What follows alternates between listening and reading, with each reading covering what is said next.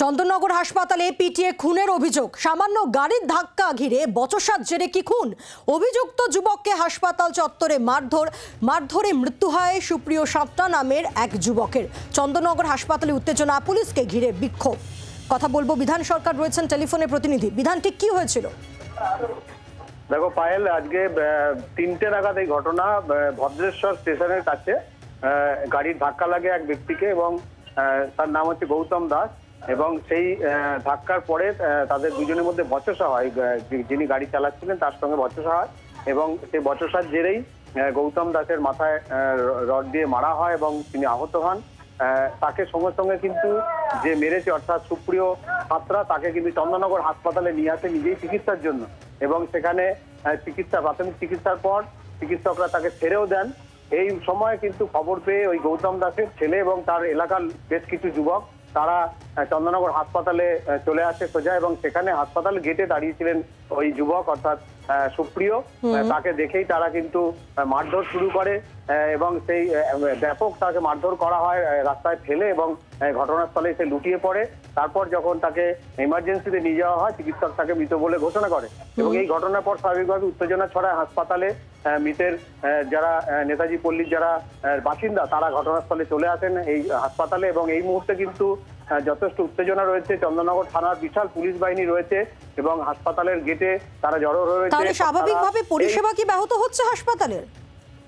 দেখো, হাসপাতালের যেখানে ঘটনা ঘটেছে চন্দননগর মহকুমা হাসপাতালে একদম গেটেই ঘটনা ঘটেছে। সেখানে এই মুহূর্তে কিন্তু ব্যাপক জটলা রয়েছে, প্রচুর পুলিশ রয়েছে এবং যারা যে যুবকের মৃত্যু হয়েছে তার পরিবারের লোকজন সেখানে রয়েছে, তার এলাকার লোকজন। কিন্তু হাসপাতালের যে ইমার্জেন্সি বা অন্যান্য যে বিভাগ রয়েছে সেখানে কিন্তু স্বাভাবিক রয়েছে পরিষেবায় কোনো ব্যাঘাত ঘটেনি।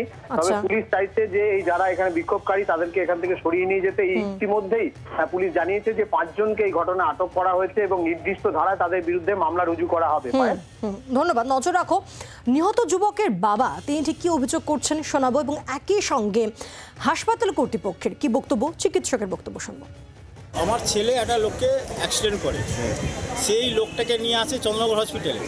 তাকে সুস্থ করে যখন এই গেটের মুখে আসে তখন ওই পাড়ার ছেলেরা এসে আমার ছেলেটাকে মেরে ফেলে এই স্পটেতে, গেটের সামনেতে।